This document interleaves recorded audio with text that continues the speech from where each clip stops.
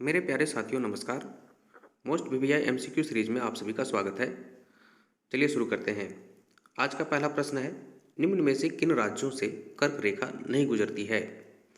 कर्क रेखा नहीं गुजरती है। ऑप्शन ए है उड़ीसा से, ऑप्शन बी राजस्थान, सी छत्तीसगढ़, डी त्रिपुरा। क्या सही उत्तर हो जाएगा? तो सही उत्तर हो जाएगा आपका उड़ीसा से। देखिए, कर्क रेखा क्या होता है, जो हमारा पृथ्वी है, पृथ्वी का जो भूमध्य रेखा 0 डिग्री देश अक्षांश है, वह 0 डिग्री अक्षांश जो है पूरे पृथ्वी को दो भागों में बांटती है, उत्तरी गोलार्ध और दक्षिणी गोलार्ध में। तो उत्तरी गोलार्ध में भी जो है अक्षांश रेखाएं हैं प्रत्येक 1 डिग्री पर। तो 23.5 डिग्री उत्तरी अक्षांश रेखा जो है उसको हम लोग कहते हैं कर्क रेखा, और दक्षिणी वाला जो 23.5 डिग्री का अक्षांश रेखा होता है उसको कहते हैं हम लोग मकर रेखा। तो उत्तरी गोलार्ध का जो अक्षांश रेखा है 23.5 डिग्री का, उसको कर्क रेखा कहते हैं। वो कर्क रेखा भारत से होकर के भी गुजरती है। मान लीजिए भारत है तो भारत से होकर के भी गुजरती है, ठीक है ना। तो भारत के किन किन राज्यों से होकर गुजरती है, हालांकि यह काल्पनिक रेखा है, ये आपको रेखा दिखेगी नहीं, है ना। तो भारत के किन किन राज्यों से होकर गुजरती है, मान के चलिए ये भारत है, तो भारत के किन किन राज्यों से गुजरती है, तो 8 राज्यों से होकर गुजरती है। राजस्थान, गुजरात, छत्तीसगढ़, मध्य प्रदेश, ठीक है ना। और उसके बाद आपका झारखंड, पश्चिम बंगाल और त्रिपुरा, मिजोरम। तो इसमें उड़ीसा नहीं आया ना, तो उड़ीसा आपका आंसर हो जाएगा। नेक्स्ट क्वेश्चन है, निम्नलिखित में से किस सम्राट ने सांची में स्तूप स्तूप का निर्माण करवाया था? तो इसमें से ऑप्शन ए है बिंदुसार, बी है कुमारगुप्त, सी है कनिष्क, डी है अशोक। सम्राट अशोक। तो सही उत्तर हो जाएगा सम्राट अशोक ने। सांची जो है आपका मध्य प्रदेश में पड़ता है, और यह जो है बौद्ध स्तूप स्थापित सम्राट अशोक के द्वारा यहाँ पर कराया गया था, सांची में। नेक्स्ट क्वेश्चन है, भारत में क्षेत्रफल की दृष्टि से सबसे बड़ा राज्य कौन सा है? तो भारत में क्षेत्रफल की दृष्टि से सबसे बड़ा राज्य जो है वो है आपका, क्या हो जाएगा सही उत्तर बताइए? बिहार, राजस्थान, मध्य प्रदेश, महाराष्ट्र। क्या हो जाएगा? तो राजस्थान सही उत्तर हो जाएगा। क्षेत्रफल की दृष्टि से सबसे बड़ा राज्य और जनसंख्या की दृष्टि से उत्तर प्रदेश सबसे बड़ा राज्य है, और जनसंख्या घनत्व की दृष्टि से बिहार सबसे बड़ा राज्य है। 4 नंबर क्वेश्चन देखिए, राष्ट्रपति के निर्वाचन के लिए निर्वाचक मंडल में इनमें से कौन सा शामिल नहीं होते हैं? निर्वाचक मंडल में कौन शामिल नहीं होते हैं राष्ट्रपति को चुनने के लिए? तो ए ऑप्शन है राज्यों के एमएलए, बी है राज्यसभा के निर्वाचित सदस्य, सी लोकसभा के निर्वाचित सदस्य, डी संसद के सभी मनोनीत सदस्य। क्या उत्तर हो जाएगा? तो डी हो जाएगा, संसद के सभी मनोनीत सदस्य। संसद कहने का मतलब राज्यसभा लोकसभा दोनों का, मतलब संसद के दोनों हाउस के जो मनोनीत सदस्य होते हैं। हालांकि अब तो लोकसभा में मनोनीत सदस्य का जो प्रावधान 2 सदस्य का हुआ करता था एंग्लो इंडियन का, वो तो समाप्त हो गया। तो अब संसद में सिर्फ राज्यसभा में ही मनोनीत सदस्य होते हैं, 12 ठो, राष्ट्रपति महोदय के द्वारा मनोनीत किया जाता है। तो इसमें ये कहा गया है कि राष्ट्रपति का जब निर्वाचन होता है तो उसको निर्वाचक मंडल में, निर्वाचक मंडल कहने का मतलब है कि राष्ट्रपति को जो वोट देने वाले लोग हैं उसके वोटर लिस्ट है, उसमें कौन कौन लोग होते हैं शामिल। तो प्रत्येक राज्य के जो चुने हुए विधानसभाओं के जो विधायक लोग होते हैं एमएलए, वो तो वोट देते हैं। तो ये तो हो गया सही। राज्यसभा के निर्वाचित सदस्य मतलब है कि जो निर्वाचित सदस्य होते हैं राज्यसभा में, संसद के राज्यसभा में, अपर हाउस में, वो भी वोट देते हैं। लोकसभा के जो निर्वाचित सदस्य होते हैं, जनता के द्वारा चुने जाते हैं जो सदस्य, वो भी वोट देते हैं। लेकिन संसद के मतलब राज्यसभा में जो मनोनीत होते हैं राष्ट्रपति द्वारा, जिन्हें मनोनीत किया जाता है ना, शिक्षा खेल वगैरह के जगत से जो विशिष्ट तौर पर जो मनोनीत किया जाता है, वो राष्ट्रपति को नहीं चुनते हैं, ठीक है ना। तो निर्वाचक मंडल में, अच्छा, ये निर्वाचक मंडल का उल्लेख जो है संविधान के किस अनुच्छेद में है? तो आर्टिकल 54 में किया गया है ना, 54 में। ये आपको ध्यान में रखना चाहिए। चलिए नेक्स्ट चलते हैं। अगला क्वेश्चन है, अक्टूबर 1937 में वर्धा में आयोजित अखिल भारतीय राष्ट्र शिक्षा सम्मेलन में शिक्षा की योजना किसने रखी थी? तो वर्धा में 1937 में शिक्षा को लेकर के एक राष्ट्रीय शिक्षा सम्मेलन हुई थी। इसमें जो है अपना एक शिक्षा को लेकर के एक दूरगामी प्लान जो है रखा गया था।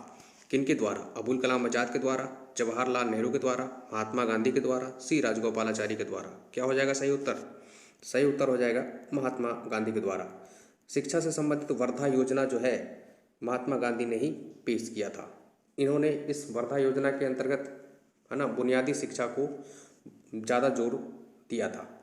बुनियादी विद्यालय भी अभी चलता है, इनके सोच पर आधारित है, इनके सिद्धांत पर आधारित है। ठीक है ना, ये है। अगला क्वेश्चन है, देखिए 5 नंबर दो बार क्वेश्चन हो गया, लेकिन क्वेश्चन अलग है, नंबरिंग हो गया 5 2 बार।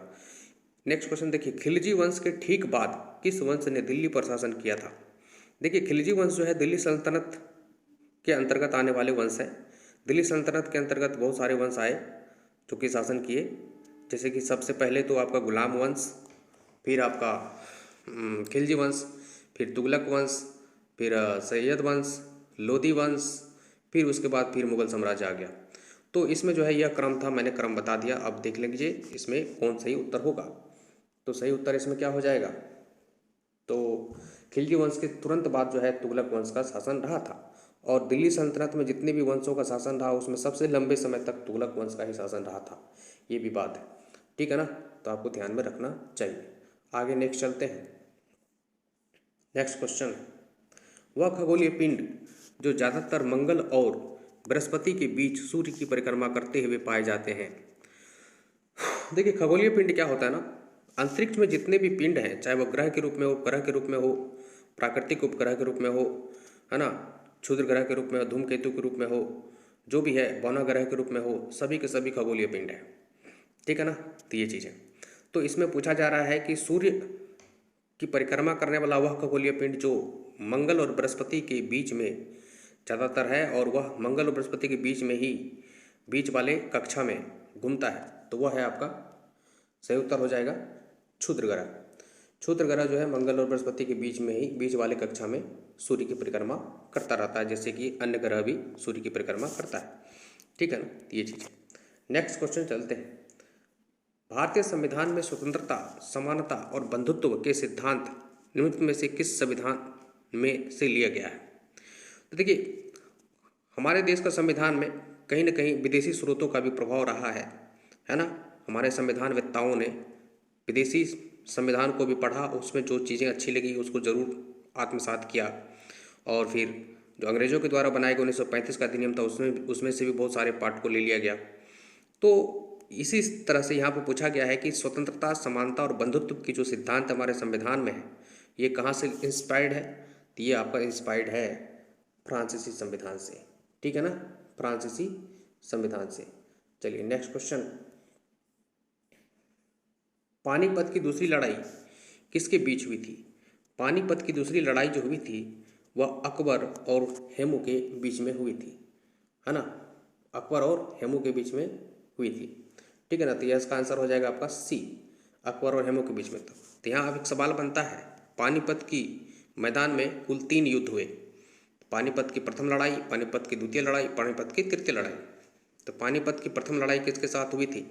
बाबर और इब्राहिम लोदी के बीच में हुई थी 1526 ईस्वी में। तो पहली लड़ाई समझ गए। दूसरी पानीपत की युद्ध कब हुई थी? अकबर और हेमू के बीच में, है ना, सी, अकबर और हेमू के बीच में। अकबर की तरफ से जो है बैरम खान लड़ रहे थे, और फिर जो है ये 1556 में हुआ था। ठीक है ना, अकबर और हेमू के बीच में।